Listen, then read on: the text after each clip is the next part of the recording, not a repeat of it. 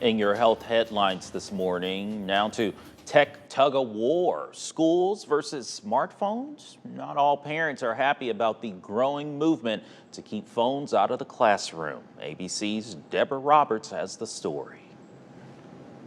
Many kids are heading back to their classrooms this year with a new rule: leave your cell phone behind. This is really thrilling that states and schools, school districts all over the country, and indeed all over the world, this year are saying enough. For students, it's an adjustment to a new reality. How is this working from what you're understanding? You have to think back, like when you and I were in high school. Imagine you're in ninth grade and they said, you can bring in your television set, you can bring in your TiVo or your VCR, you can bring in your walkie talkies, a paint by night, whatever you want, bring it in, have it on your desk while the teacher's talking.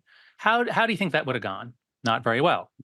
But if you have a smartphone in your pocket, that's what you have. Social psychologist and author of The Anxious Generation, Jonathan Haidt, has long argued that smartphones are stealing our kids' childhoods. Encouraged by the new actions in schools, he says they're seeing immediate impact on students. I've never found a school that said we went phone free and boy, was that terrible. We had to reverse it. We hear laughter in the hallways. We haven't heard this much laughter in the hallways in 10 years. Haidt warns that research shows the mental health toll cell phones are having on kids who become consumed with content, often feeling insecure about their own lives and growing distracted during school. The phone is always more interesting than everything else going on around you. That's why our kids are getting hooked. But with schools taking a tougher approach to protect students, some of their parents aren't buying in. Like Larry McEwen, a father of 5 whose 13-year-old twins attend Alice Deal Middle School in Washington, D.C. What's your overall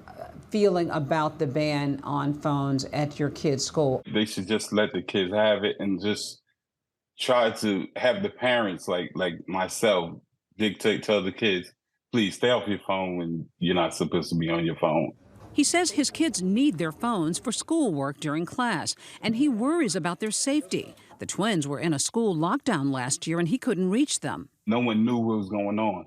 He's not alone. Maryland mom Janina Green wants her daughters to be able to reach her if something frightening happens. I think the kids should have access to their phones at all times. She communicates frequently with them throughout the day, including to coordinate schedules.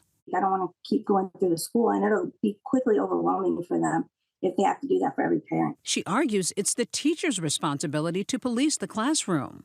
I understand that they don't want them to use it to disrupt class, but to me, kids kind of have to learn self-control because as an adult, they're going to need self-control. So they're going to have to learn when it's appropriate to take out their phone and when it's not. What about the parents who will say, we worry about emergencies? We want our kid to have access to the phone. Heaven forbid something happens during the course of the day. I certainly understand that fear. I've got a 14-year-old and an 18-year-old. But what do the experts say? Our kids have been practicing what to do in these circumstances. Imagine you send your kid to one school where everyone has a phone on them.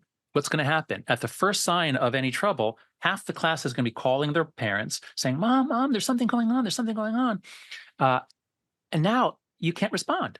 This is not safe. What you want is a school where the students are doing what they're supposed to do in an emergency. That's the best outcome for your kids.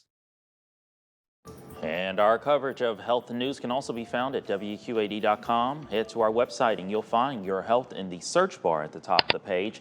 In fact, you can find all of our Your Health stories in that section of WQAD.com.